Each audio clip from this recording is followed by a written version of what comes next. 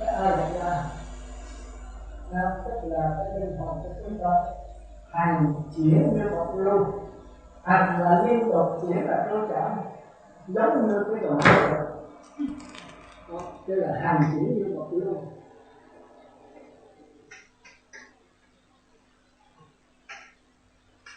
Hành là liên tục, chuyển là trôi chảy, thì giống như cái dòng nước này. Tức là nó vô lượng vô biên, còn hiểu là vô lượng vô biên tức là nó chỗ nào cũng có.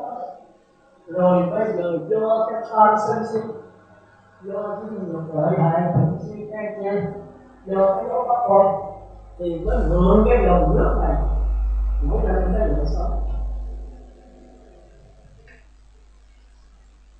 Thì lượng sống là phải có chúng ta lượng sống người nam, người nữ, lượng sống người nào, lượng sống của bèn, lượng sống người ghét, tất cả điều này. Thì cái này kêu là cái tiết trần của ngũ quẩn. Quẩn là xúc tích gom nói là cũng như cái nhà này có kèm, có cây, có linh, có hội họp, có các sư, có Phật tử. Thì cái gom nói là cũng thành cái này. Còn sắc thân chúng ta cũng là được. Còn có mắt tai mũi lưỡi tim gan người phế quản người có sắc thân, có thọ cảm, có tư tưởng, có ý chí, có hành động thì tôi được là thì trong cái lượng sống này nó có đủ không? Mà hãy có tướng như vậy thì phải có quả.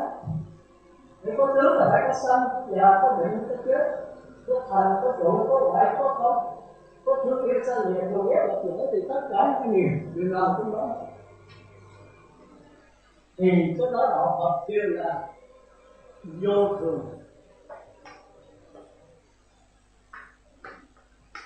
Và vô ngã. Vô thường này là tất cả sự vật người lý chuyển và không có dừng chỗ. Vô ngã là đối tượng của sự vật, là có không gian, có thấy nhiều cái đó lại. Hãy đáp lại thì không có một cái ta cố định nào kêu là vô ngã. Thành cái vô thường thường kêu là nhận thức. Vô ngã thường kêu là đối tượng nhận thức.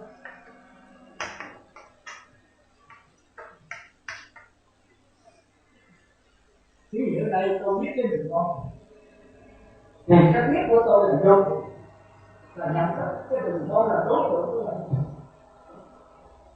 Nhưng mà nên nhớ nhận thức và đối tượng nhận thức đều nằm ở trong pháp này.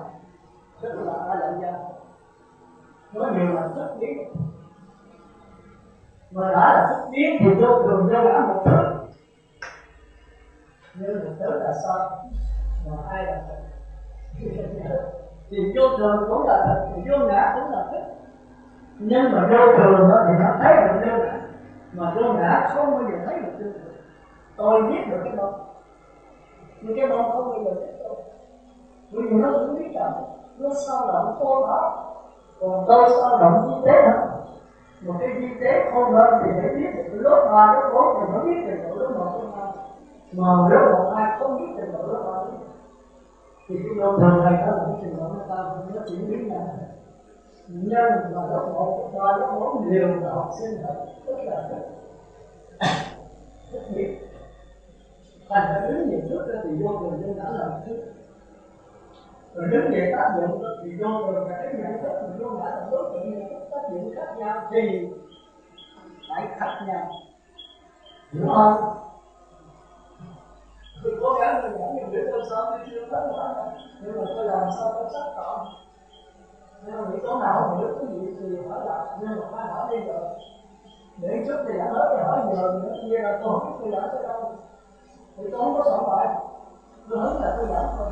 Rồi bữa nào tôi trẻ là tôi giảng tôi rõ là cái gì phải không phải rồi. Thì vì ở đây tôi đâu thì kéo dài hoài cũng như thế thôi. Thành ra nên nhớ vô thường vô ngã thì nếu là nhận thức thì phụ về thời gian. Mà thời gian thì sao? Có ba lần. Quá khứ, hiện tại. Bây giờ tôi mới biết anh hay là do tôi học hỏi trước ở hôm qua tôi mới giải như thì tôi mới đeo cái A Lại Gia nó mới để cung cấp cho tôi mới giải được như vậy. Chứ vì không là tôi đã không tốt được đó. Tôi phải coi kinh sách, tôi phải ngồi thiền, tôi phải niệm ẩn, tôi phải ngôn nghi ngôn luận tôi phải suy tư này kia, bây giờ tôi mới nhận được 40 mấy năm rồi tôi nghĩ là chỉ có pháp lý cái đưa đây là mà trong các tông phái chỉ có duy thức và hồi nhiên là có nhưng nhiều đó có bằng nó trẻ còn có bằng to còn duy thức trẻ còn có bằng tư thì duy thức nó có thể giảm tất cả các môn các sát rồi thành ra tôi nghiền ngẫm duy thức 10 mấy năm rồi coi tới coi lui coi đi coi lại coi các giả là những gì thức tôi nhiều quá thì thường tự nhiên nói nhất là nhưng mà chỗ đó có thể nói mình nói rất là không sắp bỏ tới ông Giê Xu Hồng trong đó chương trình của nó cái chỗ mà tôi thắc mắc tôi không hiểu không ai giảng hết cuối cùng không giảng cũng như điều tự nhiên ở thì bên di thức này bên này bên kia đó bên di diệu pháp thì tất cả dạng hữu tâm vũ trụ con người và vũ trụ gồm có 4 phần thôi: tâm dương, tâm sở, sắc pháp và vô vi pháp. 4 phần. Tới nhiên thức cũng giống vậy nhưng mà khác một chút. Tâm dương, tâm sở, sắc pháp, bất tư tình hành pháp.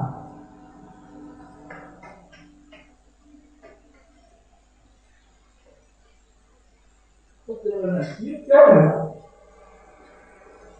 Nó sẽ tùy hại như được đó thì có 4. Tâm dương là mình biết. Nó là nhãn thức, nhĩ thức, chỉ thức, tiệt thức, thân thức, ý thức, mật na, lại ra thì có 8 thức thì phải được. Mà không chết thì hiểu được. Rồi tâm sở đó là những cái sở hữu. Những ta sai những cái lính của tâm. Ông vua phải có quan, phải có lính. Thì những cái này là tâm sở cái 51 tâm. Tâm dương có 8. Thì hiểu được. Rồi cái sắc đó là tâm sở cái tâm dương này tạo ra sắc thân này. Sắc thân tôi là do tâm. Nếu mà tôi làm ác thì tôi bị được khuyết tật. Còn trước tôi làm lành thì có số hướng tưởng tượng tôi không có tạo khuyết tật gì hết. Bây giờ tôi không muốn khuyết tật mà tôi làm ác thì tôi sẽ ác tôi bị. Tôi muốn kết từ nhà 10 từ đầu mà tôi có 10 triệu thôi thì tôi bây giờ muốn kết nữa cũng không được. Tôi muốn làm cho thân lành mà trước thì tôi phải làm ác rồi thì tôi phải chịu thôi. Thành ra tâm dương tâm sở thì tạo ra sắc. Nhưng mà hiểu có. Rồi tới điều gì? Như đây là pháp không có điều kiện. Nếu mà dùng tư tưởng giảng thì vô vi thành ra tư tưởng. Thành ra tư duy có cái chuyện giảng vô vi. Thành ra giảng vô vi thì vô vi trở thành pháp. Pháp vô vi chứ không phải vô vi giảng phải là pháp. Thì bên vi diệu pháp mới có giảng. Nhưng mà bên vi thức thì pháp tư tưởng là cái gì? Không ai dám giảng. Không đường này chưa cũng giảng được cái. Có thể đơn là tắt, ngày trang cũng là gọi là bị sân tán, dùng gọi để định thời gian, không gian gì 24 cái, tới nhất hạnh là không chạy mất trước gì là cũng đặt lại giải là không cái tắt là cái dẫn lý, cái sân lý, cái tâm lý. Giảng vậy thì không giảng được nữa, còn mãi cái là trước là phải là gì sinh lá là gì không giảng được. Đành bế tâm 500-700 năm trước thì tự nhiên nó tới sau nhất là những rất hay tới đó nó cũng bế tâm bắt trước đường tự nhiên thì mãi tới sau thì coi những cái việc chúng ta không hiểu còn tự nhiên sẽ không giải gì có khi mình có giải đôi 21 con tôi nói trời ơi tôi chưa từng thấy ai giải được tôi giờ không giải tôi đáp ra thì không thấy cái người tự nhiên khác thứ này. Nếu ông đúng thì thấy ông là sai, nếu ông sai là sao chẳng được không có qua. Cái điều của khác chúng ta bắt đầu nếu có học chúng ta coi là phải lẽ thì có tư tưởng nó là nó ngược với tâm dương tâm sở sắc pháp là tư tưởng. Nếu mày coi rồi cái nghiệp cảm nhiên khởi thì mình thấy nó rồi. Nghiệp cảm nhiên khởi là có những cái duyên khởi đó nó tùy thuộc vào tâm dương của mình. Có những cái nó tốt lành thì đi khai thị mà cho mình giới cái là cái đấy. quan tình dục. Nghĩa là người chết muốn giảm sanh phải có điều kiện thì mới giảm sanh cái đúng, thì phải có thiện căn phúc đức nhân duyên. Mà chính sự tưởng như vậy, không thiện căn phúc đức nhân duyên là không nhận chúng ta hành phúc tự được. Muốn giàu mới thì theo là phải có thiện căn phúc đức nhân duyên. Mà tôi đố cái gì đó thiện căn phúc đức nhân duyên là cái danh từ cái trình mà giảng là nó có cái thiện căn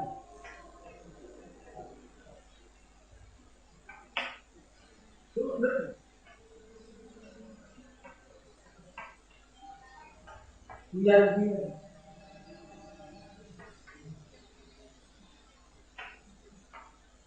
Ba chính sự tưởng của nó muốn nhập chúng vào hành của sự muốn là tìm theo phải có thiện căn phước đức tự nhiên thì mới là chính xác. Bây giờ mới được gọi là bình, phải không? Mà bây giờ tôi coi thiện căn phước đức như là cái gì mới được.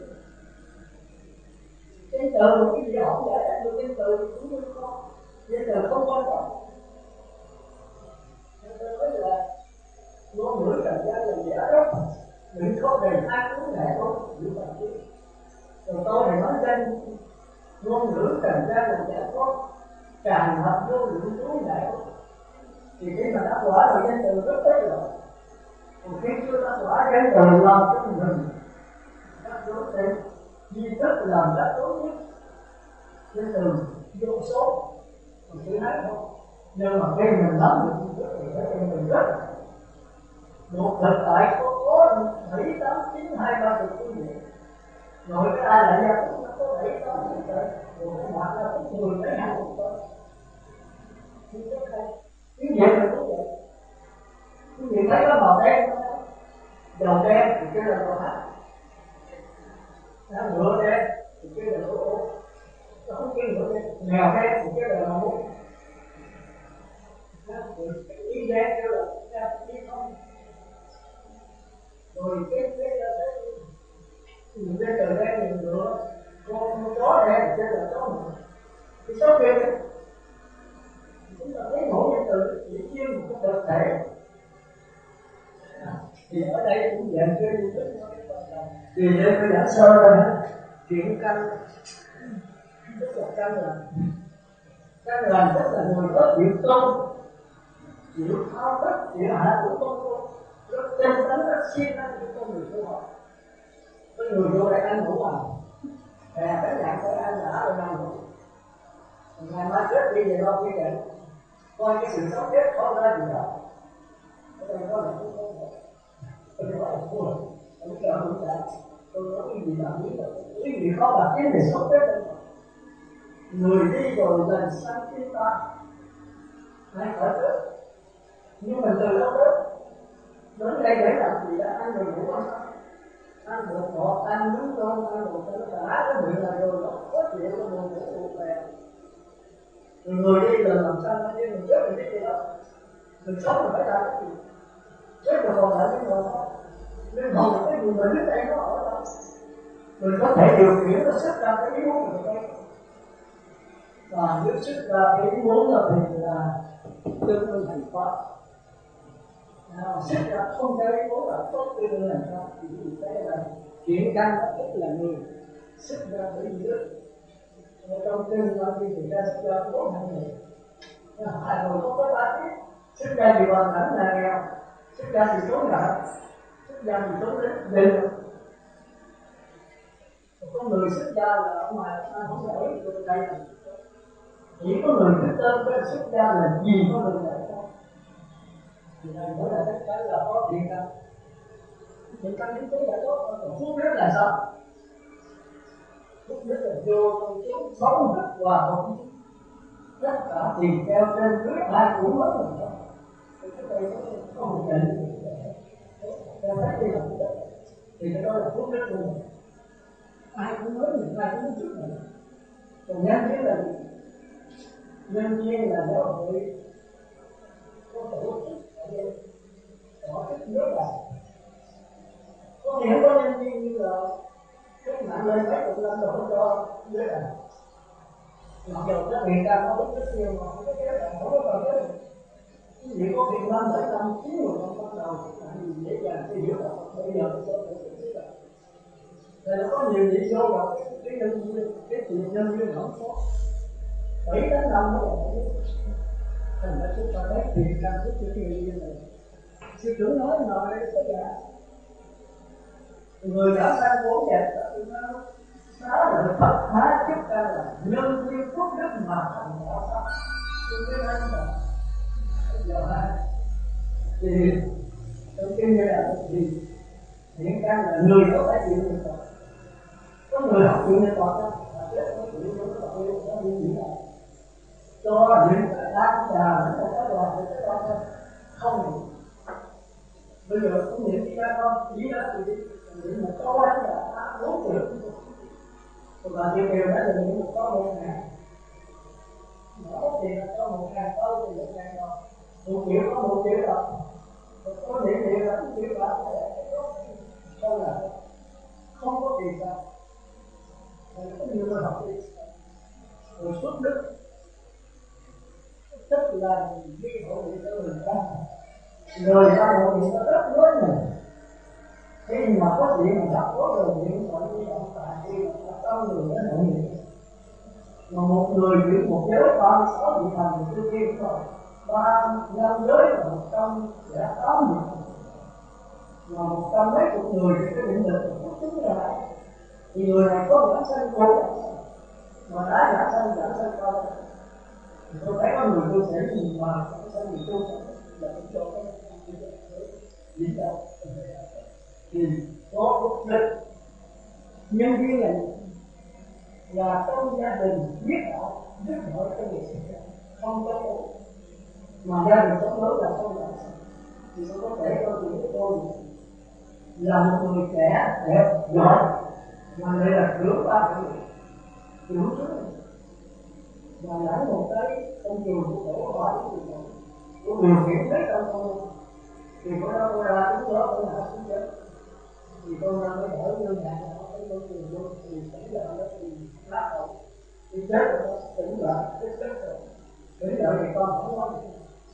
thì vô cái nhà nó kêu ông bà nó anh điện thoại cho ba họ điện tới họ điện đốt đây thì ông bà nó kêu tay nó thì có nhiều gì để nè thì có điện thoại thì lấy cho người họ điện tới thì ông bà thấy vậy có sự chết vợ thì có sự chết vợ điện cho cha mẹ ông mẹ cha ông con gái ông em thì cháu thì phải làm thì ba họ điện tới thì con biết được thì giảm đến chắc chắn rồi có một trăm mấy chục người rồi điện có người tới mà khổ lại là lúc năm điện khổ cái thì là rất là thành ra bị ca có phước đức rồi đến rất là nhờ kẹt đi với trình diện cho 50-60 người trong em cha mẹ và các con như nào nó không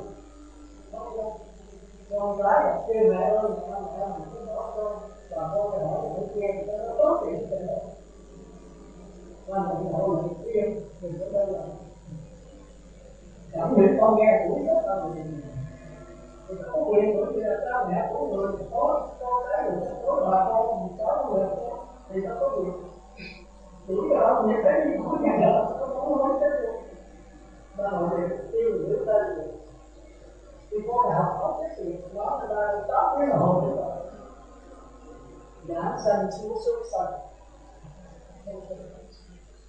làm ta hiện ra thì có phúc đức thì có mà nhân duyên lại là chướng ngại 2 tiếng 3 tiếng 7 tiếng 10 tiếng ông nào mà nghĩ nào ngồi lâu từ nào thì ra hết trong yên lặng là vô suy kiến mình sẽ thấy rõ hơn nhưng mà sống được cái nó là việc khác tôi đừng hướng dẫn gì là tôi nhờ tôi ngồi đâu nhưng mà sống được như cái hiểu biết bởi vì dân tư để tu thì muốn tu là phải ngồi thiền đâu thì mới thấy được cái có cái chuyển biến luôn đấy còn bây giờ đem cái pháp thân này ta sống như cái tư suy nghĩ của mình cái nghiền ngẫm của mình trời ơi phải nói thật trời ơi vì cái tập thiết của mình từ xưa để tham sân si nó không nó phải nổi lên nó che hoài và thành ra cái thứ hai đó là cái dòng nước thì chúng ta thấy cái bản nhỏ quá ở dưới tôi cái bản gấp 10 cái này bản nhỏ quá còn ở tôi học sư phạm mình là cái bản gấp 5, 7, 8 lần nữa hết một cái do đó là cái bản ở giữa thật là lớn Còn hai bên hai cái bản con, rồi cái bản hai bản con có thể xếp vô mở ra, thành ra giả một lần 5 bản, không có vôi dài nữa, thành ra mình nhìn mình so sánh nó dễ, cái bản nó có chút bé, không biết gì được. Thì cái thứ nhất đó thì tôi vừa viết lại để mọi người thấy.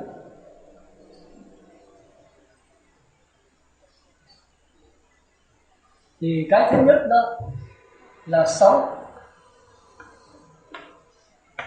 ác chuyển thành sống thiện.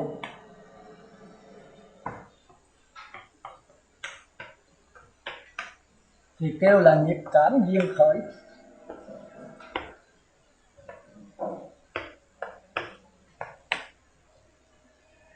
Còn từ sống thiện mà đi qua dòng nước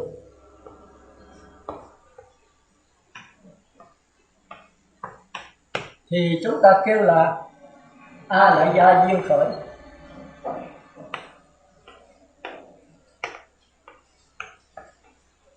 Thì đây đó là chân vọng vào không gian biến mất, không gian bị quá giải vào thời gian, thành ra những cái xấu là biến mất hết, chỉ hiện ra cái dòng nước thôi. Mà dòng nước là nước lặng không có tưới, mà không có tưới thì không có sanh dòng nữa chứ. Đây là thế giới của tịnh độ, đây là thế giới của quý độ, chúng ta phải hiểu cho đó. Thì cái thế giới này chỉ có nhập lưu nhất dẫn lai bất lai mới đạt được thôi, thành ra nó khó đấy. Thành ra cái pháp tu phải khác hết, không có bổn sư, không có pháp môn, không có thời gian, không có không gian, không có từ từ, không có đa đa, không có cải sửa, mà chỉ là sự nhận lại thôi. Nhận lại là ngay trong cái lượng sống này, sống mà nó muốn tồn tại nó phải nương vào dòng nước. Thành ra nương vào sống người ta nhận được, người ta nhận cho nó cải sửa, nhận lại cái dòng nước, rồi nương vào dòng nước thì sống mới phát hiện được, chứ không phải dòng nước sanh ra sống nha. Chính tham sân si, chính vô minh sanh ra sống, mà vô minh nương vào cái dòng nước để tạo ra lượng sống. Mà tạo ra lượng sống thì bắt đầu có không gian, mà có không gian thì có sanh già bệnh chết, có hoại. Còn cái dòng nước này không có hoại, hay nói đúng sanh ra là diệt liền, kia là sát na. Còn cái sống này nó là chung trừ, phải có thành trụ gọi không. Cái kia thành, dù sanh ra thành thì trụ gọi không liền lập tức, hoặc thấy đó, hoặc nhìn liền mất đó. Thành ra tôi đưa cái bàn tay lên, cái tay này tôi lên để xuống, tôi đưa cái tay tôi hỏi cái gì một cái tay này hai, cái gì đó là sư có một cái tay của sư không? Đứng về người trời đúng, đứng về bát nhã, đứng về sống, về dòng nước sai. Thành ra cái gì nó có hiện tại là cái quả của quá khứ, cái nhân quá khứ bây giờ hiện tại cái nữa. Rồi bây giờ cái nhân của hiện tại tương lai phải hiện đúng. Nhưng đó là pháp môn của người trời, ta không có phải. Thành ra trong Kim Cang nó không có hiện tại, bởi vì nó chuyển biến như vậy rồi làm sao có hiện tại. Hiện tại là cái hình tướng, nhưng mà hình tướng đâu có hình tướng, chỉ có là nước chuyển thôi, chỉ có những cái điện tử, những cái chủng tử đang chuyển biến thôi. Toàn thể pháp hội chúng ta toàn là chủng tử thôi. Thì làm gì có hiện tại, làm gì có quá khứ, làm gì có gì ra. Tôi nói quá khứ thì quá khứ nó thành hiện tại, tôi nói hiện tại nó thành quá khứ, tôi nói tương lai nó thành hiện tại. Thành ra quá khứ tâm bất khả đắc, hiện tại tâm bất khả đắc, vị lai tâm bất khả đắc. Chúng ta phải học cái bài kinh cho trước khi đọc cơm được xong. Nếu quá khứ là cái gì? Nếu ai biết chấp có biết mình, quá khứ cái gì đó về quá khứ đó. Tâm bất khả đắc, hiện tại bất khả đắc, vị lai bất khả đắc. Cái tâm đã biết nhiều quá, đốn thành quá khứ mà chạy xa lạc loạn. Cái tâm vừa biết đương nay và hiện tại, thì ta hiện tại nào hai cái nào. Cái tâm chưa biết về sau, vị lai chẳng có ước ao chi mà, thì nó ngược với cái sống này. Cái sống này có quá khứ, có hiện tại, có vị lai là tập trung vào hiện tại. Còn cái pháp môn kia là quá khứ không có, hiện tại vị lai không có. Hiện tại phải quán chiếu thấy nó là sát na, kêu là hiện tiền.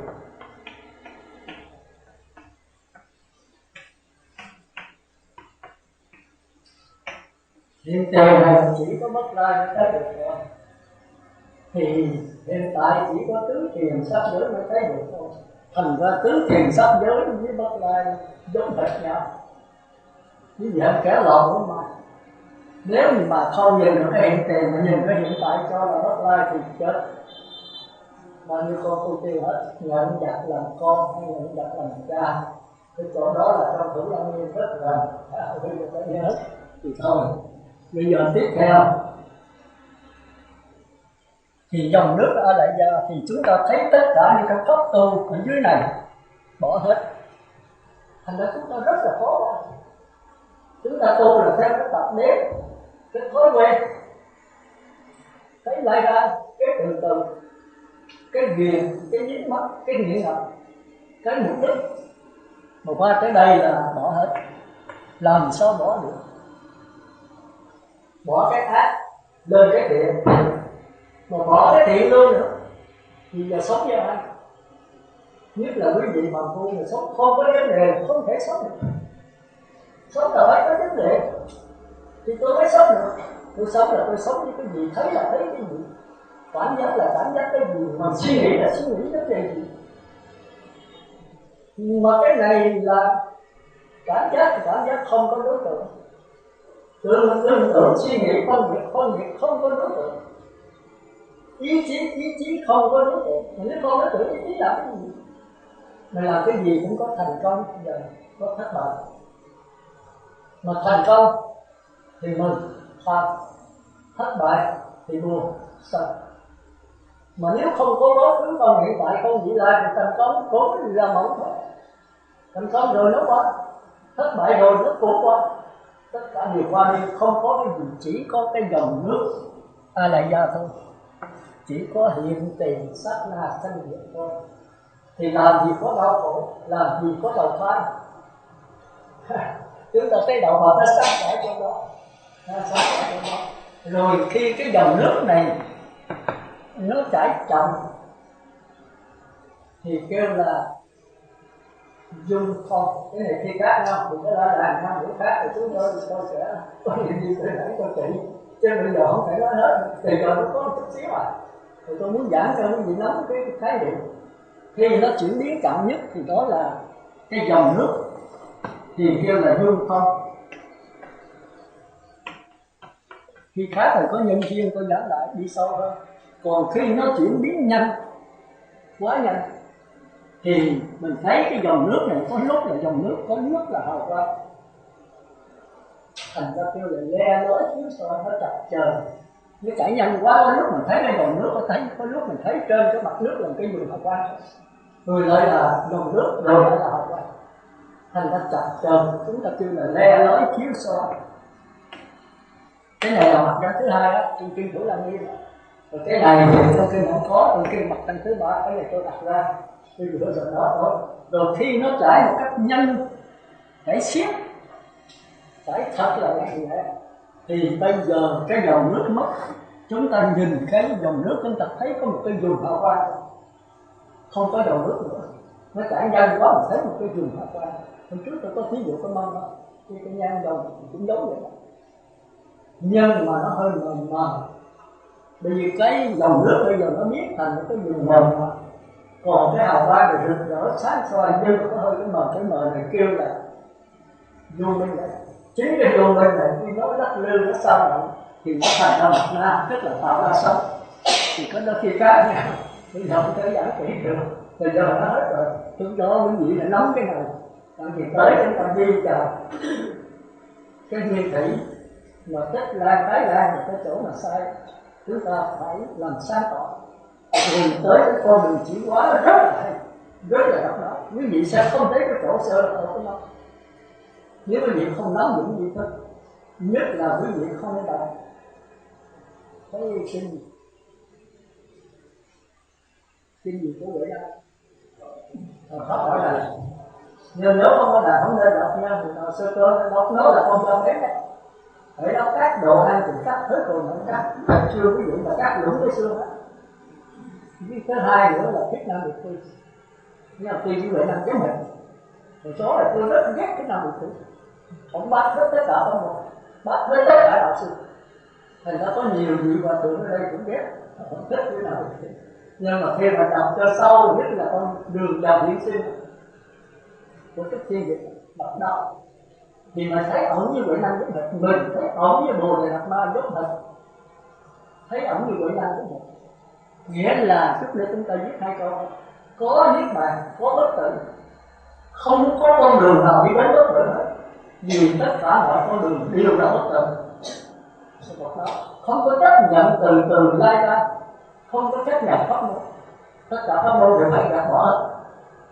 Thì cái này thượng căn tu không nổi, phàm tu với tôi làm sao vô cái nổi. Thành ra tới thần tú nói có niết bàn, có bất tử, có con đường đi đến bất tử.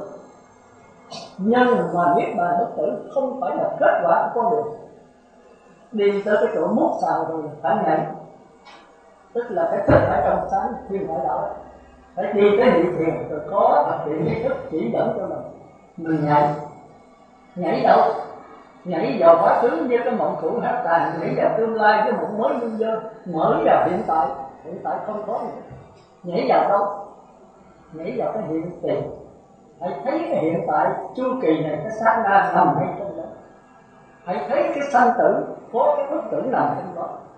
Hãy thấy cái sai biệt có cái vô sai biệt nằm ngay trong đó. Thì cái này khó mà đi vào. Thì tôi thấy có Thủ Lăng Nghiêm là ví dụ sáng tỏ nhất. Hôm trước tôi có nói lại, tôi có nói cái thấy. Thì cái thấy này không ai giải được. Mà không có từ không nói đây, như nói là sư nói đó là con không thấy. Con có bộ pháp, con nói có bộ pháp không có thì con nói không có. Thì đúng. Còn có bộ pháp thì con thấy, mà không có bộ pháp thì con không thấy. Thì sư nói là có bộ pháp cũng thấy, mà không bộ pháp vẫn thấy. Cái này con không hiểu. Không hiểu thì thôi làm gì được đó. Chứ tôi có thể làm là trong gì cái thấy này hết trơn. Cái thấy này phải tu pháp môn gì, sư tịnh độ hay tứ niệm xứ hay lai ra hay từ hay có bổn sư hay có Phật đến dạy con cái thấy này.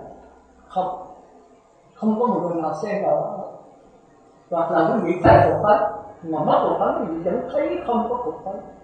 Thì cái thấy này là quý vị qua mất lại. Bây giờ làm sao được đấy? Bây giờ nó con không hiểu thì thôi. Thì người nào với cái ba liệt kỳ với mấy ông tổ người Đạt Ma là đi thẳng gì vậy? Chúng ta coi lợi của Đạt Ma là lương đỡ đế là đi thẳng. Lương đỡ đế rất là kính trọng người Đạt Ma. Do chí phần thiền sư biết đây là Bồ Tát đại sĩ Quan Âm qua thăm nhưng giờ đưa ông ra tới ngoài biển ông tiếp có. Tới trường hợp một cái đối chọn một cái là gọi là ba đi thẳng qua ông không hiểu gì hết. Tổng từ lên tới giờ tổng kết hơn 72 cảnh chùa, độ hơn 3.000 tăng, an mặc hơn bệnh tổng lo hết, không vô mà. Như vậy tổng có trí huệ mà, có công đức gì không? Bồ Tát Ma Tánh có công đức gì không? Xuất thẳng à? Ông nói vậy đó, cái đó là cái gì? Cái đó là phước báo hữu lậu, có hưởng thì có hết, phước báo nhân thiên hữu lậu, có hưởng thì có hết, không phải là trí huệ. Ông nói gì chứ? Ngài thấy đệ nhất nghĩa Thánh Đế, tức là Phật tánh này. Tôi cũng biết Phật tánh, tôi học chí con thiền sư là đã rõ ra hán rồi, là dạy tôi là vua, tôi học hỏi, tôi biết đệ nhất nghĩa Thánh Đế. Vậy thì đệ nhất nghĩa Thánh Đế, ông nói bất nhiên do Thánh, không có mất gì, không có Thánh Đế gì đó. Chết chưa? Ông mới thích, ông mới hỏi vì chắc ai đứng trước mặt Phật này. Ngài không phải là Thánh, Tổng không phải là toàn sao? Ngài này biết nữa Thánh Đế tôi là không? Thì Đạt Ma không biết. Đó. Không biết tức là biết tất cả tức là không biết gì hết. Bây giờ đế làm sao nắm được cái đó? Bây giờ giải thích làm sao? Hoặc là Ngài hiểu hoặc là Ngài không hiểu. Thế tôi Ngài không hiểu thì Ngài như vậy. Thế tôi không làm thế nào cho Ngài hiểu. Nếu mà cơ Ngài chín mùi rồi, cái sự bất mãn này thích cùng tột rồi, Ngài nhận được cái bất tử thì Ngài hiểu được. Còn căn cơ chưa chín mùi thì lớn hơn nữa, có vậy thôi. Thì cái nào cũng thẳng vậy đó. Thì lục tổ Việt Nam cũng thẳng vậy. Ai mà cần cái gậy tinh đến tôi nói chúng sanh đâu có phải ai cũng như là căn cơ cao như vậy mà vô nghe Ngài giảng thì nhận được bất tử đâu. Thì Ngài cũng phải cho cái nạn, nói những người là cần cái nạn đừng đến tôi. Người nào tới cũng là người đó tới chịu chơi, đánh cái dám bài cuối cùng vấn đề sơ tử. Một là thành Phật, hai là thành hóa. Chúng ta phải có căn bản dụng mới nhận được Phật tâm. Nhưng đây nó bị nhát quá, không dám đánh dám bài cuối cùng, làm biến quá, không chịu thao thức. Bị suy tưởng nói là phải thức nhiều ngủ đó, nhiều ngủ quá rồi nhiều. Ăn nào một ngọt, ai làm nấm mèo, bữa nay tôi thấy nên cho tôi nấm mèo một ngọt một đống. Tôi thân thể đi làm sao chịu nổi, ăn vô nó buồn ngủ chết một, rồi cho tôi gục hết. Một năm này qua năm khác rồi cuối cùng thì sanh tử nó đến đi đâu? Sanh không biết từ đâu đến, bây giờ sống để làm cái gì? Còn chết đi về đâu? Cái linh hồn để ra sao mà đứng đây, cái thần thức này ở đâu? Mình có thể điều khiển thần thức đầu thai cái ý muốn được không? Một cái đó không phải đạo Phật. Mình có thể điều khiển thần thức chấm dứt đầu thai được không? Chấm dứt sanh tử lang thang được không? Đức Phật trả lời được, nhưng mà phải qua bát nhã. Thì thôi giờ chúng ta trở lại. Thì tôi nói đó, thì cái dòng nước biển này khi mà nó chảy thành tốc, thì cái này cái nữa là dùng danh từ rất là hay. Tốc là cái dòng tốc, mà thành tức là nó thành biến mà. Khi nó chảy thành tốc thì chúng ta không còn thấy cái hào quang mà hoàn toàn là một cái hào quang rực rỡ nguyên nguyên, sáng suốt hoàn toàn. Thì đó kêu là nước chứ không có dòng nữa. Thành ra là đứng lặng mà bất biến. Hồi nãy này là đứng lặng mà chuyển biến nha, này đứng lặng mà bất biến. Thành ra có ba cái này sao động mà chuyển biến thì kêu là niệm cảm duyên khởi. Còn đứng lặng mà chuyển biến vọng chơi và hộ, đó là A Lại Gia duyên khởi. Còn nước nó đứng lặng mà bất biến kêu là chân ngư duyên khởi. Thì cái này là 4 đường ác, 4 đường thiện. Cái này là nhập lưu, nhất dẫn lai, bất lai, ba thánh. Nhưng mà thánh còn linh hồn, thành ra kêu là thánh hữu hồn. Còn cái này thánh mà chấm dứt linh hồn kêu là thánh vô học. Ví dụ cái học kinh cái gì biết mà, không phải đã nữa. Còn khi mà đến nước rồi là hết rồi. Thành ra cái ác này chuyên vào cái sự cải sửa thì trở thành cái thiện. Cái thiện rồi thì phải nhận lại cái ác, cái thiện đều là dòng nước hết. Vì thiện ác cái xấu này, xấu ác, xấu thiện thì cũng phải nương vào dòng nước này thôi. Thành ra nương vào cái ác, cái thiện mà ta nhận lại cái dòng nước, chứ không có cải sửa. Làm sao mà cải sửa? Cải sửa thì có thể cái ác là cải sửa thành cái thiện, rồi cái thiện cải sửa thiện hơn nữa. Hoặc là nếu không đúng là đi trở lại ác lại, cứ lẫn lộn lại. Cải sửa là như vậy, bỏ cái xiềng sắt, xiềng cây qua xiềng vàng, bỏ xiềng vàng qua xiềng kim cang. Còn cái nhận lại này là không có pháp môn. Ngay cái dòng nước đây cái sống ác là quý vị nhận cái dòng nước trong đó. Nhận ở đâu? Ngay bây giờ tại đây. Không pháp môn, không đạo sư, không lay lại. Thành ra bác đạo sư có nhiều gì không chịu. Nhưng mà thật sự thì Đức Phật cũng nói, do Ngài tự ngộ không thầy chỉ dạy. Mình tưởng là Đức Phật nói vậy mà cũng dạy tốt. Nếu mà đi đến cái chỗ đó là do mình tự ngộ không thầy chỉ dạy. Một Phật Thích Ca không thể dạy mình thế. Thành ra chân lý là không ai dạy ai. Của người phải tự mình chứng ngộ. Chứng ngộ ngay bây giờ là tại đây. Trong một sát na việc khước ai tìm hiểu là ông gì đó. Trong lúc nhận được Phật tánh là bao nhiêu cái nghiệp tưởng ác vô lượng kiếp ngay phút này chưa tan rồi. Dược tương động lửa cùng chúng sanh tự chiêu bảo việc cần xa tiếp. Nếu đã nói dối ta xin chịu tội các nữa. Vì muốn được. Thành ra cái bát nhã này độc đó. Còn nếu chúng ta cải sửa đó thì vô lượng kiếp của ta hết. Nếu cái việc mà có thật thì cái núi Tương Di Chúa cũng không nổi. Nếu cái việc mà có thật thì ở trong mình học bài thân đó. Nếu đem trường cấn biết sao thiếu thực, giặt dài kiếp cũ trang xưa, biết bao duyên nợ mà chưa trả được, tiền cừu hậu hận phá vốn, một bên đi trả thì một bên lấy tội, lung tư trong cảnh luân hồi, lôi qua trở lại biết đời nào quá. Mấy ai suy nghĩ kỹ sao lão chân sấm nước cho qua cảnh này, chán chê vọng cảnh rõ nào, đưa tay trí gợi tháo dây được tận, diệt trừ cái vật vô minh, chân tâm trở lại tánh linh lên. Khi có trí tuệ rồi tiêu tan hết. Chúng ta thấy là rõ ràng, cũng như càng vô não họ tạo nghiệp biết 999 rồi, sắp sửa giết nạn rồi, thì Đức Phật mới cứu. Đức Phật nói con có căn lành của con Xích Gia con Như Lai. Trời đất ơi, Như Lai quên con giết 999 người sao? Mà bây giờ cái tội con nặng như vậy là con sáu Xích Gia mà thành Phật còn thắng được. Thì Đức Phật ví dụ nói chuyện Xích Gia đó, cái tội nó quá nặng. Đức Phật nói giống như cái căn nhà mà để rác rớt 100 năm. Bây giờ con người dọn dẹp được phải lâu, phải dọn 100 năm hả? Nó không, chừng 2-3 tiếng là con dọn xong. Bây giờ một căn nhà để tối 1000 năm. Bây giờ con muốn làm sáng phải làm sao? Nó còn chỉ đốt ngọn đèn lên lập tức nó sáng. Thì Đức Phật nói cái rác rớt cái căn nhà tối nó giống như vô minh và phiền não của con. Con nhảy 100 năm, 1000 năm. Bây giờ con lấy ngọn đèn trí tuệ vô thì lập tức phiền não tiêu tan hết. Như vậy nó gọi là bát nhã. Thành ra tôi tự nghiệp cái việc phải làm sao ngay kiếp này phải nhập luôn, tức là giàu dòng đó. Chứ ví dụ thế tôi đã theo cái lượng sống ác sống thiện cải sửa hoài thì quý vị chết nha. Thì tôi giờ chúng ta trở lại thấy bên Nam Tâm rồi hướng trở đi trở luôn, nói là Vipassana là của Phật minh sắc tệ, minh sắc tư tưởng của Phật. Thì có đêm kia gặp nhau tôi sẽ đem những cái bài kinh của tôi đang theo của minh sắc tệ của dây kết rồi, thì chúng ta lấy cái nguyên văn đó rồi chúng ta mới làm sáng tỏ được.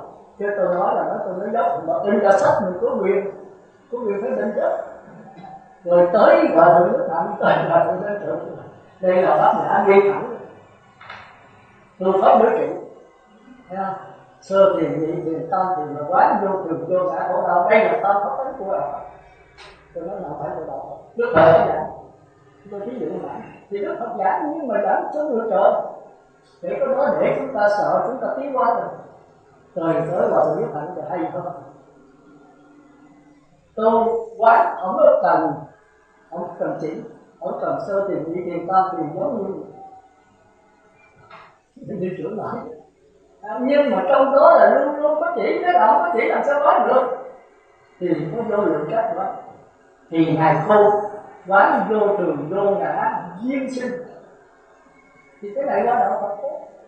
Nhưng mà khi ngài giảng cái duyên sinh thì lọc lại tư tưởng, chúng ta thấy cái duyên của quý vị đọc cái quyển mà con đường chuyển hóa nội cái tựa là tôi thấy ở đây làm gì mà có chuyển hóa là người muốn người ác lên, chuyển hóa thành muốn người để thành trở thành, mà trở thành không phải là bát nhã. Con đường tức là nhận ngay trong đó đương xứ tức giận, ngay trong cái ác có cái niết bàn nằm trong đó, ngay trong cái thiện có cái niết bàn nằm trong đó, ngay trong cái phiền não có cái bồ đề nằm trong đó, ngay trong cái bất tịnh có cái thanh tịnh nằm trong đó. Tạo Phật là đấy. Mà bất tịnh hay phiền não là niết bàn hay chỉ có một thôi, nhưng mà nhiều phương diện là nó phải nói vậy. Thành ra thường lạc ngã tịnh thật chất có một. Đến mà những nhiều phương diện vô thường thì nó là thường, thì cũng có đó thôi. Đến nhiều phương diện vô ngã thì nó là ngã, đến nhiều phương diện thất tịnh thì nó là thanh tịnh. Nhưng mà tưởng có 3-4 cái niết bàn cũng có một cái dùng gì có một. Một đốt do nó đèn nó cho ánh sáng, đốt vào mũi nó cho sức nóng, đốt vào cái máy nó qua. Có bao nhiêu thứ điện một đó. Nhưng mà tại sao vấn đề có ánh sáng? Ánh sáng là do gì? Do điện. Hoặc máy quay là do gì? Do điện. Ủi nóng là do gì? Do điện. Tủ lạnh cho nước đá là do gì? Do điện. Nếu đứng về phương diện mà phải cách có một, đứng về phương diện tác dụng thì khác nhau, vấn đề nó cho ánh sáng. Hoặc máy nó do sức máy thì nó khác nhau, tác dụng khác nhau, cho nên nó khác nhau.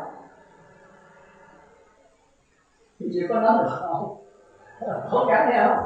Thì tới là chút nữa rồi chúng ta không biết có gặp nhau nữa hay không đó. Thì tìm, nếu gặp nhau là phải trả bài thôi, còn không là không gặp nữa.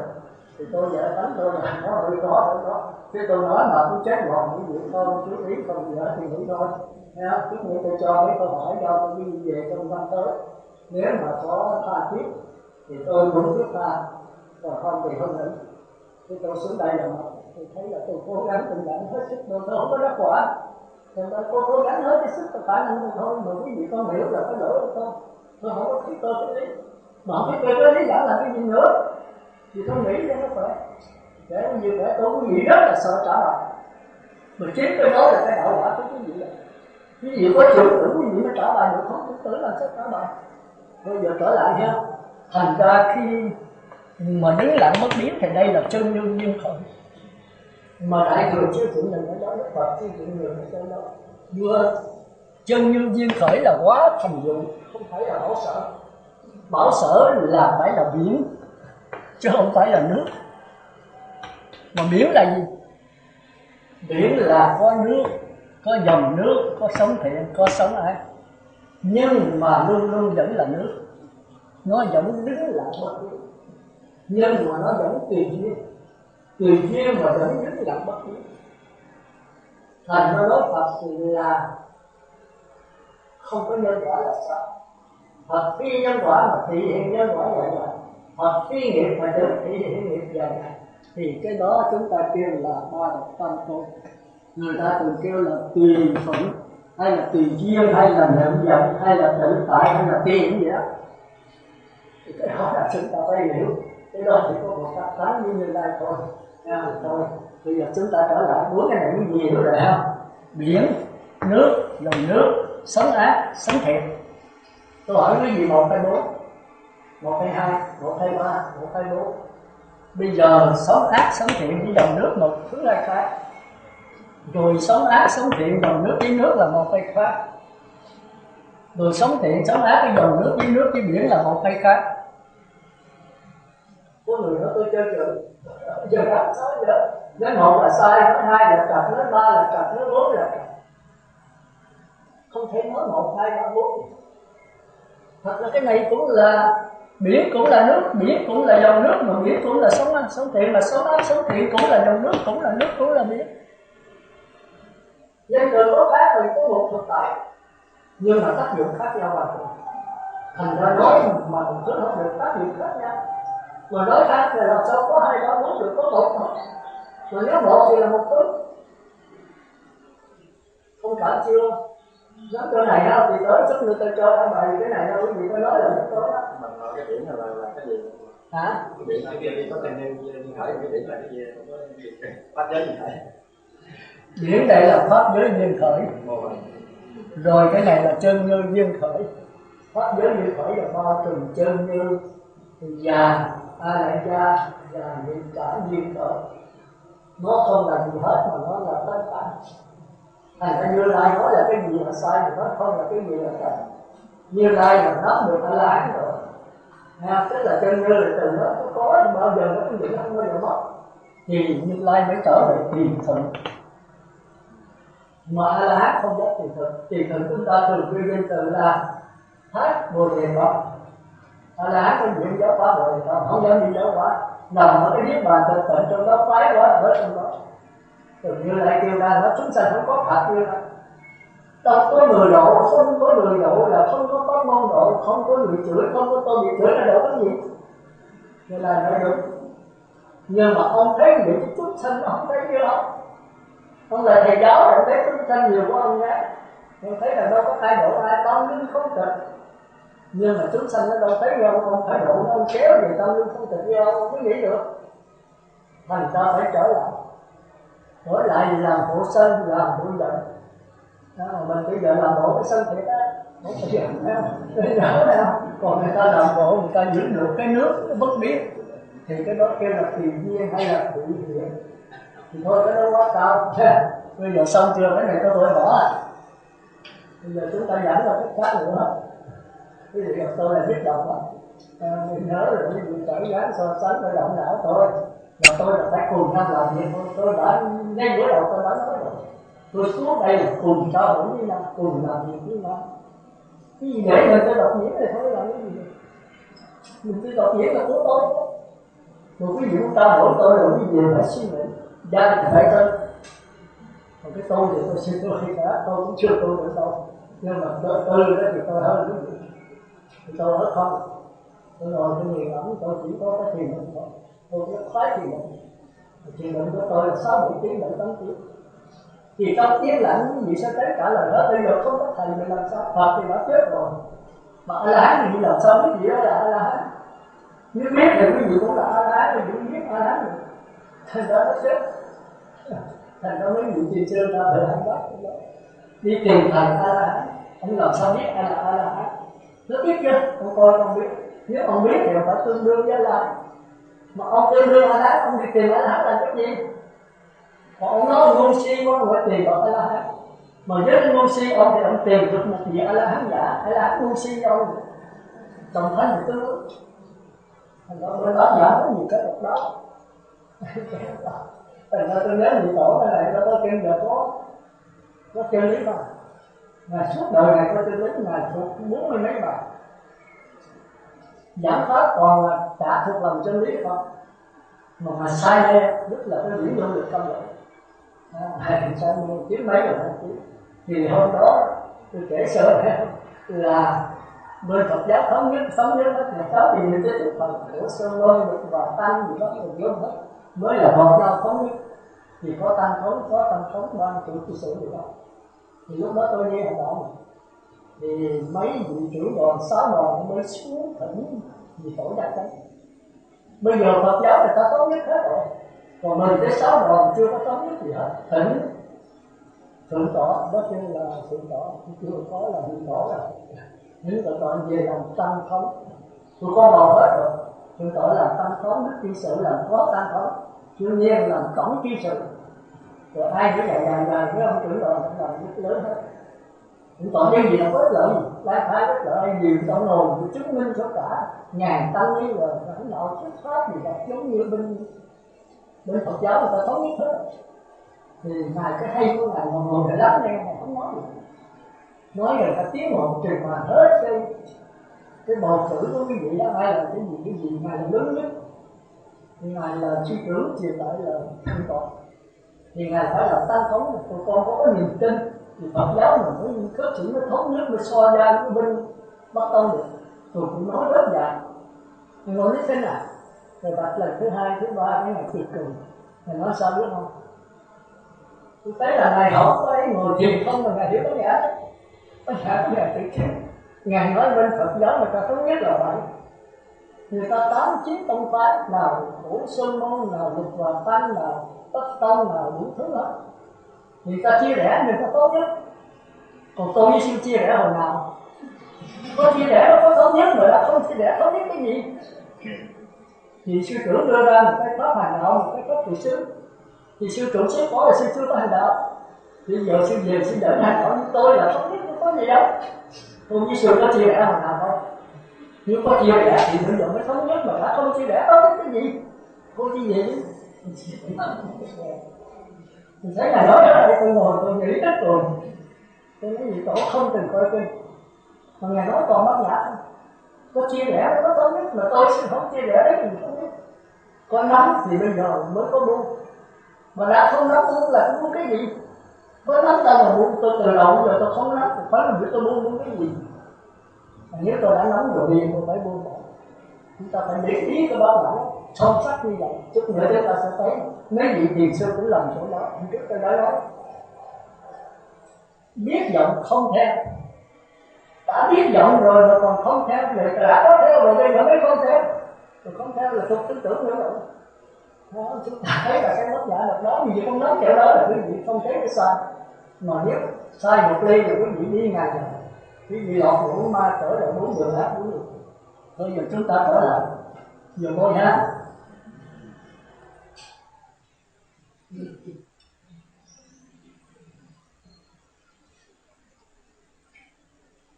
Bây giờ trở lại với định tuệ của người trời. Biết đầu với tôi chút nha. Thì chúng ta nên nhớ thế giới hiện tượng là thế giới của vòng tròn. Ngũ quẩn của trình bày theo vòng tròn. Bác chánh đạo cũng trình bày theo vòng tròn, pháp nghĩa nhân duyên của vòng tròn. Thành ra cái sai lầm của chúng ta là khổ cho nó. Chúng ta nói đường thẳng, không bao giờ có đường thẳng. khoa học bây giờ cũng chịu cái Phật giáo hành nữa đó. Bây giờ chúng ta lấy cái vòng tròn thật lớn, cái sắt đó, chúng ta lấy vòng tròn từ 2 đường kính từ 2-3 thước, 7 thước càng lớn càng tốt. Rồi chúng ta chặt từng khúc nhỏ nhỏ từ tấc 2 tấc, thì quý vị thấy nó không cái gì thẳng bằng đâu, phải không? Cái vòng tròn để dưới đó này thì đường kính từ 2 thước 3 thước càng lớn là tốt. Quý chặt từng khúc từ 1 tấc 2 tấc, nói gì mà bẻ nó thẳng hơn, nó thẳng băng này. Nhưng mà quý vị nói cái thẳng băng này nói là thành cái vòng tròn, phải không? Quý vị làm thử coi, quý vị lấy cái sắt mà ta làm ra như cái đường kính từ 2-3 thước, quý vị biết là cái vòng tròn, nhưng quý vị lại chặt từ khúc từ 1 tấc 2 tấc, nói gì mà bẻ nó thẳng hơn, nó thẳng băng này. Nhưng mà đó như cái thẳng băng đây lại thành cái vòng tròn. Thực ra không có vòng tròn. Hồi đó học đó thì 2 đường thẳng song song, 2 đường thẳng song song là không bao giờ gặp nhau, đó là học kinh đúng về mặt phật. Nhưng mà qua thì học không gian, 2 đường thẳng song song gặp nhau ở vô cực. Chúng ta thấy quả địa cầu phải không? Địa cầu là tròn hay là phẳng? Không tròn. Thế mà chúng ta làm cái mặt phẳng, chúng ta cất nhà trên mặt phẳng, có mặt phẳng không? Phẳng quá. Nhưng mà nói cái mặt phẳng này lại thành cái quả địa cầu, phải không? Chỉ có mặt con, mặt mo thôi chứ không có mặt phẳng. Chúng ta là mặt mo, chúng ta lì động, là chúng ta mới linh hồn. Cái đó là quý vị phải coi chừng cái phát giác của mình. Rồi còn những cái sai lầm nữa, nhưng mà lần bây giờ chúng ta nói về cái sai lầm của giới thực tế. Chịu khó nhức đầu với tôi một chút ha. Còn nếu gặp tôi nữa thì nhức đầu nữa là thôi trốn đừng có gặp. Một là giới, 2 là định, 3 là huệ.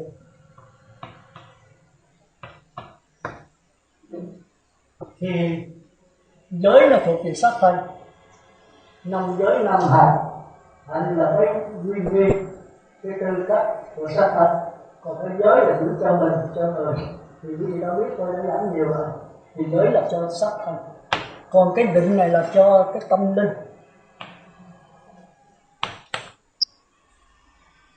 Thì có 2 cách, một đó là chỉ, 2 là quán. Chúng ta giảng rồi, chỉ là đè xuống, tầm sát điểm là tận định xả, thì nó là được. Còn quán là huệ, quán các pháp là duyên khởi, là vô thường vô ngã của đâu, đó là pháp quán trong bên năm con. Như vậy nếu quán cái quán đó là huệ thì vô thường, vô ngã, khổ. Thì chúng ta thấy đây là thế giới của hiện tượng chúng ta đang sống như vậy. Tất cả cái gì cũng vô thường, tất cả cái gì cũng vô ngã. Mà Đức Phật nói vô thường là sướng hay khổ? Khổ. Thì các con có nên nhận sắc họ tưởng hành thức là sướng không? Không. Có nên nhận sắc họ tưởng hành thức là ta, là của ta, là tự ngã của ta không? Thì không. Nhưng mà cái tự ngã của ta quý vị chưa hiểu nha. Nữa là gặp nhau quý vị phải trả bài cho tôi cái đó.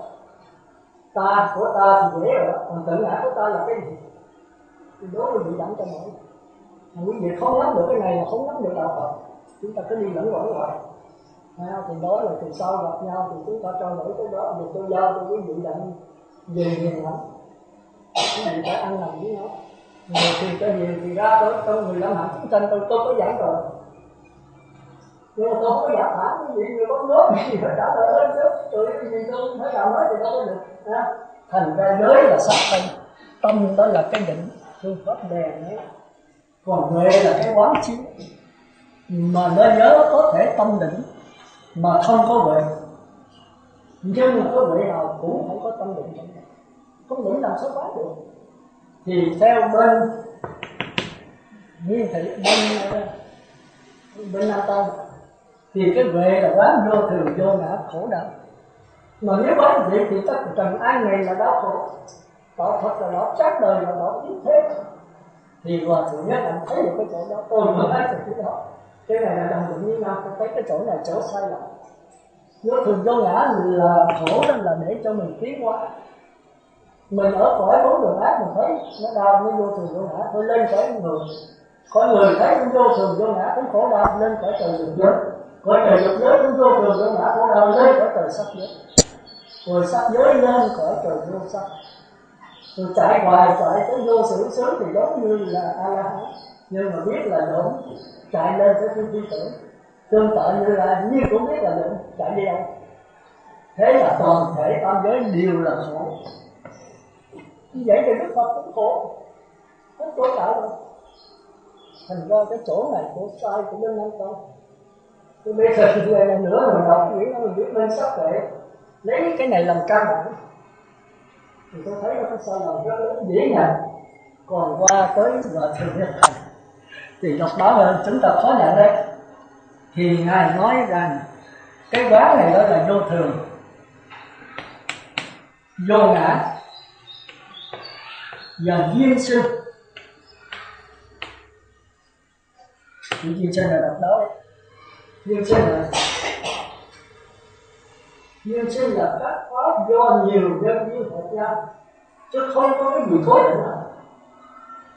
Thì do cái duyên sinh này thì mới có cái này có thì cái kia có, cái này không thì cái kia không, cái này xanh thì cái kia xanh, cái này diệt thì cái kia diệt. Đó là các pháp duyên sinh, mà nhất là trong Trung Bộ Kinh. Thành ra quý vị thấy giới định tuệ này nó liên hệ nhau chặt chẽ. Nếu mà con người giữ giới cho kỹ, giới thanh tịnh thì tu định rất dễ dàng. Và nếu giữ giới cho kỹ thì con người sẽ quán sát dễ dàng. Thành ra giới nó liên can với những cái tiền ba chân, nhảy một chân là không được. Thành ra khi mà cái định mà lâu sâu kỹ rồi thì cái định lực mạnh này chỉ giới rất dễ. Vì giới gì khi mình phá giới nhưng mà cái định mình mạnh mình lướt qua được, mình đè nó xuống một phấn được. Mà cái định này cho lâu kỹ sâu thì cái trí tuệ càng ngày càng sáng. Thành ra định thì nó liên can với giới và huệ, giới liên can với định và huệ. Rồi tới huệ, nếu con người sáng suốt linh động rồi thì tu thiền định rất dễ. Mà con người sáng suốt linh động thì thấy rõ cái giới, giữ giới rất là dễ dàng. Thành ra thiếu một cái là không được. Thành ra ba cái này nó liên lạc nhau chặt chẽ. Như cái tiền ba chân giữ một chân giới này rồi là không thể đạt được. Thành ra Đức Phật nói giới còn thì đạo Phật còn, giới mất đạo Phật cũng mất.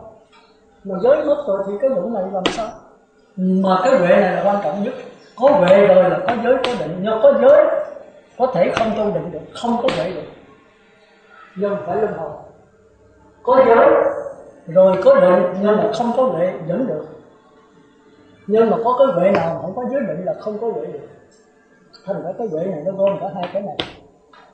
Cái đó chúng ta phải hiểu. Nhưng mà có cái huệ của Phật giáo và cái huệ của người trời. Thì chính anh Tông lấy huệ người trời, vô thường vô ngã là khổ lắm. Cái huệ này không phải huệ của đạo Phật. Tới vô thường vô ngã duyên sinh này cái huệ của đạo Phật. Mà duyên sinh là hết. Cái đó là cái khó. Bây giờ bắt đầu chúng ta đi vào duyên sinh. Thì không đủ chỗ viết, tôi nói rõ cái này nha.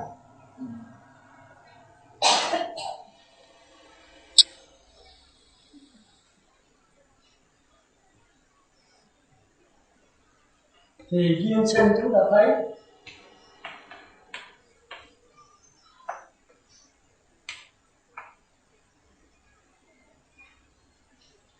cái duyên sinh đó thì chúng ta thấy trong Trung Bộ Kinh có một cái câu nổi tiếng nữa: ai thấy pháp, ai thấy duyên sinh là thấy pháp, ai thấy pháp là thấy duyên sinh.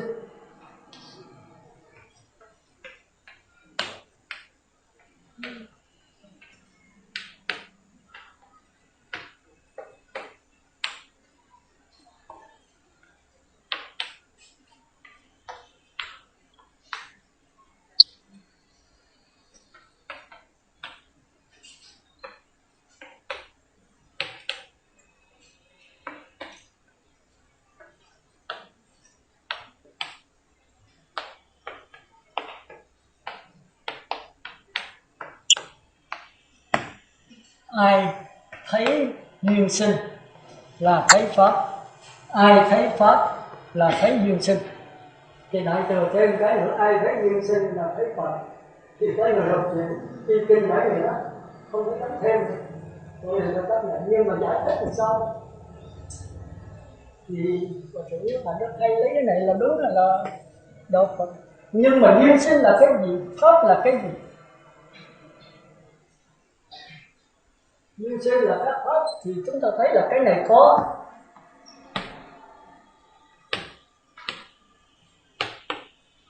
thì cái kia có.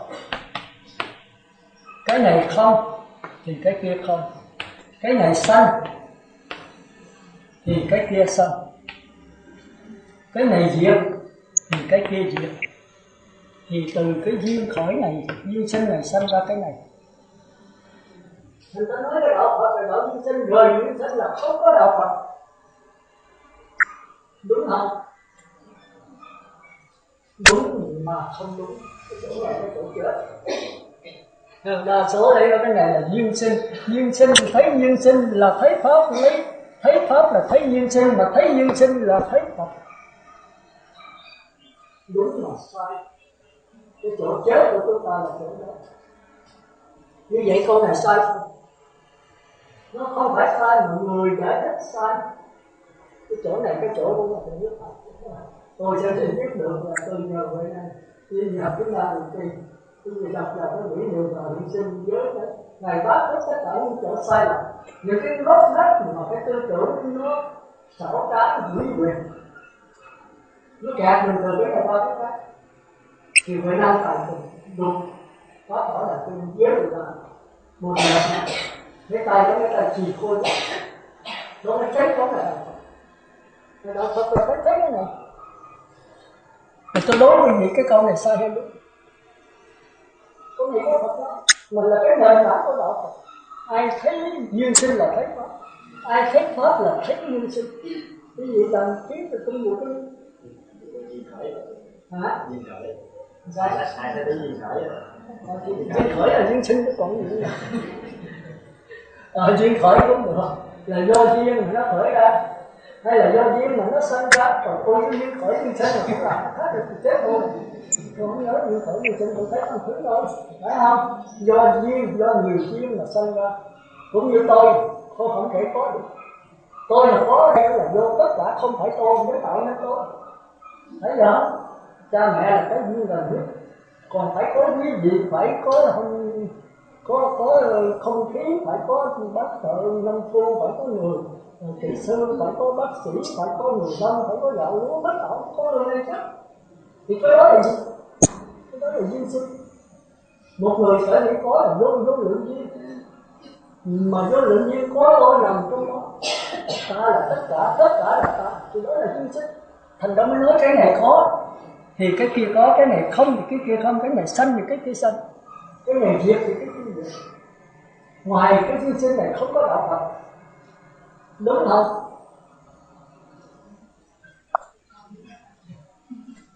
Quý vị thấy cái chỗ chết gì mà tự nó phải lấy cái đó mà nó không đúng.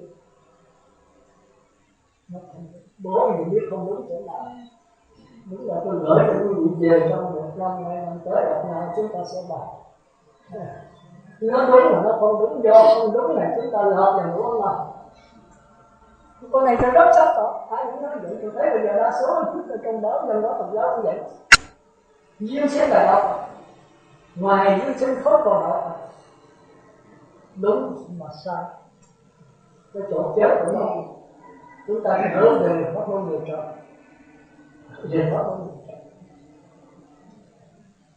Thì ở trong này con này cái nào mới là đúng? Thì thấy là cái chỗ khó khăn thành ra trong cái thủ lăng môn, thủ lăng nghiêm 7 lần ai đang trình bày cái tâm, thì tới cái thứ 7 ai đang bác 6 lần, bị Đức Phật bác 6 lần. Lần thứ 7 ai đang vẫn còn nhớ rồi. Đức Phật nói khởi dĩ cái chân tâm, cái tâm này có là do duyên sinh, do duyên khởi. Này nó tính như duyên khởi cũng được, do duyên khởi mà có. Con nhớ Đức Phật có giảng rồi, Đức Phật bác vô trên duyên khởi. Có nhiều người ra là thử làm nghiêm là ngoại đạo. Cái bác duyên khởi còn gì đâu không nữa. Bác duyên khởi là bác nhân quả đồng thời nhân quả thất thời. Bác duyên khởi là bác nơi đạo Phật thì không có nhân quả là không có đạo Phật. Con người không tin vào nhân quả là ngoại đạo, không tin vào duyên khởi là ngoại đạo. Mà Thủ Lăng Nghiêm Đức Phật bác luôn. Rồi đó tôi coi thì cũng nói là có người không chịu Thủ Lăng Nghiêm ngoại đạo. Kinh phát triển phát triển hay không phát triển đối với tôi không quan trọng, mà đúng hay sai chúng ta thấy ghi cũng từ đó tôi mới có suy nghĩ và tôi mới thấy là Việt Nam tiếng Nam đọc đó không có bá trên đường minh sinh mà không phải là bá mà làm cho nó sáng tỏ. Vì tôi thấy Thủ Lăng Nghiêm mấy người không chịu, thành ra trong cái tương truyền là sau này thời Mạt Pháp mà kinh Thủ Lăng Nghiêm bị diệt rất là hay. Vì sao? Vì đó là Pháp Phật mà người ta tới người trời, người ta tới gạt Pháp Phật đó.